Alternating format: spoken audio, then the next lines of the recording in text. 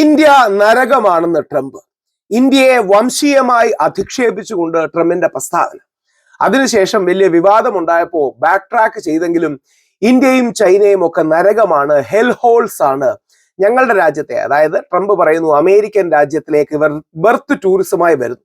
അവിടുത്തെ ഇന്ത്യൻ ഇമിഗ്രൻസിനെ അടക്കം ട്രംപ് അധിക്ഷേപിച്ചപ്പോൾ ഇന്ത്യക്ക് ശക്തമായ പിന്തുണയുമായി ഇറാൻ പറയുന്നത് ഇന്ത്യയും ചൈനയും ഒക്കെ നാഗരികതയുടെ കളിത്തൊട്ടിൽസ് ആണ്, they are cradles of civilisation.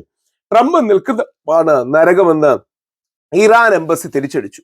ഒന്ന് ആലോചിച്ച് നോക്കുക, ഇന്ത്യയെ നരകതുല്യമായ സ്ഥലങ്ങളെന്നും ഹെൽ ഹോൾ എന്നും ഒക്കെയാണ് ട്രംപ് വിശേഷിപ്പിച്ചിരിക്കുന്നത്. ഇന്ന് ഇന്ത്യ ഔദ്യോഗികമായി തന്നെ അതിന് റെസ്പോണ്ട് ചെയ്തിട്ടുണ്ട്. അത് തെറ്റാണ്, അങ്ങനെ പറയരുത്, അത് ശരിയല്ല.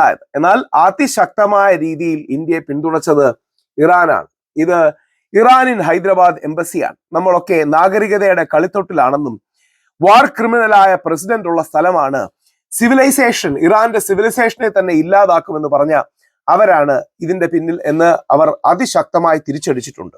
ഇതിന്റെ കാരണം, ഇതിന്റെ റീസൺ എന്ന് പറയുന്നത്, അതായത് എല്ലാ രാജ്യങ്ങളെയും അധിക്ഷേപിക്കുന്ന ഒരു ബുള്ളിയായി ട്രംപ് മാറിയിരിക്കുന്നു എന്നുള്ളതാണ്. അതിശക്തമായി, അതായത് American radio host Michael savage നടത്തിയ ഒരു ടോക്ക് ഷോയുടെ ട്രാൻസ്ക്രിപ്റ്റ് ആണ് ട്രംപ് റീപോസ്റ്റ് ചെയ്തത്, അല്ലെങ്കിൽ ട്രംപിന്റെ ട്രൂത്ത് സോഷ്യലിൽ റീപോസ്റ്റ് ചെയ്തത്. അതിൽ ഇന്ത്യക്കാരെ എടുത്ത് അധിക്ഷേപിച്ചിട്ടുണ്ട്. ഞാൻ ആദ്യം ഇന്ത്യക്കാർ അങ്ങനെ അല്ലെന്ന് വിചാരിച്ചു, പക്ഷെ ഇന്ത്യക്കാർ നമ്മുടെ ജോലി മുഴുവൻ കൊണ്ടുപോവുകയാണ്, കാലിഫോർണിയയിൽ വെളുത്ത വർഗക്കാർക്ക് ജോലി കിട്ടുന്നില്ല തുടങ്ങിയ കാര്യങ്ങൾ പറഞ്ഞ് അധിക്ഷേപിച്ചുകൊണ്ടാണ് ആ പോസ്റ്റ് ഉണ്ടായിരുന്നത്. അത് അതേപോലെ തന്നെ ട്രംപ് എടുത്ത് പോസ്റ്റ് ചെയ്യുകയും, അതായത് ട്രംപ് അതിനെ സപ്പോർട്ട് ചെയ്തുകൊണ്ട് പോസ്റ്റ് ചെയ്യുകയും പറ്റി. ഒന്ന് ആലോചിച്ച് നോക്കുക, എത്രമാത്രം അധിക്ഷേപകരമായിട്ടാണ് ട്രംപ് സംസാരിക്കുന്നത്. നമ്മുടെ നാട്, ലോകത്തിലെ വ്യത്യസ്ത രാജ്യങ്ങൾ, ഇതിനെ എല്ലാം അധിക്ഷേപിച്ചുകൊണ്ടുള്ള ഈ മുന്നേറ്റം അതിശക്തമായി, മുന്നേറ്റം ഒന്നും പറഞ്ഞുകൂടാ, കടന്നുകയറ്റം അതിശക്തമായി തടയേണ്ടതാണ്. ട്രംപിനെതിരെ വ്യാപകമായി, അത് ഇന്ത്യയും, അവിടെയൊക്കെ നമ്മൾ BJP-യോ കോൺഗ്രസോ ആം ആദ്മി പാർട്ടിയോ ഒന്നും നിൽക്കരുത്.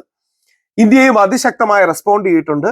അൺഇൻഫോംഡും ഇൻഅപ്രോപ്രിയേറ്റുമാണ് ട്രംപിന്റെ കമന്റ്സ് എന്ന് ഇന്ത്യ തിരിച്ചടിച്ചിട്ടുണ്ട്. ഇത് വളരെ മോശമാണ്, ഇത് പൂവർ ടേസ്റ്റിലാണ്. അതിശക്തമായി തന്നെ ഇന്ത്യയും അതിൽ തിരിച്ചടിച്ചിട്ടുണ്ട്. ഇതിന്റെ കാര്യം എന്ന് പറഞ്ഞാൽ, അവിടെ ജീവിക്കുന്ന ഇന്ത്യക്കാരെ കൂടെ ബാധിക്കുന്നതാണ്.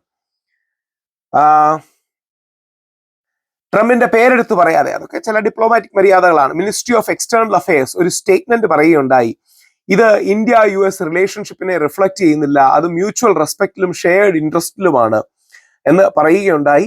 ഇതൊരു ഡാമേജ്, അതായത് പിന്നീട് അതായത് ട്രംപ് ഇന്ത്യയെ ഹെല്ലെന്ന് വിളിച്ചതിന് ശേഷം US എംബസി ഒരു സ്റ്റേറ്റ്മെന്റ് റിലീസ് ചെയ്തു. അതിൽ പറഞ്ഞിരിക്കുന്നത്, Trump believes India is a great country led by a good friend of mine at the top എന്നാണ്.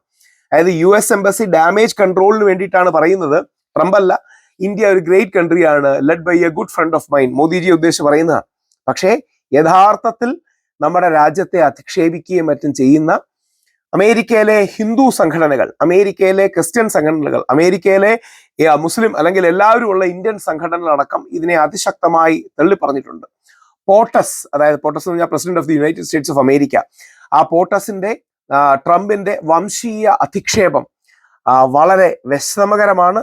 അതിശക്തമായി നമ്മൾ അതിന് പ്രതികരിക്കണം, പ്രതിഷേധിക്കണം. അവിടെയാണ് നമ്മൾ തിരിച്ചറിയേണ്ടത്, ഇറാനും നമ്മളും പല നൂറ്റാണ്ടുകളുടെ, ആയിരത്താണ്ടുകളുടെ ആത്മബന്ധമുള്ള ഒരു സിവിലൈസേഷനാണ്. അവിടെയാണ് ഈ ബുള്ളികളുടെ കൂടെ അല്ല, ഇറാന്റെ കൂടെ നമ്മൾ നിൽക്കേണ്ടത്.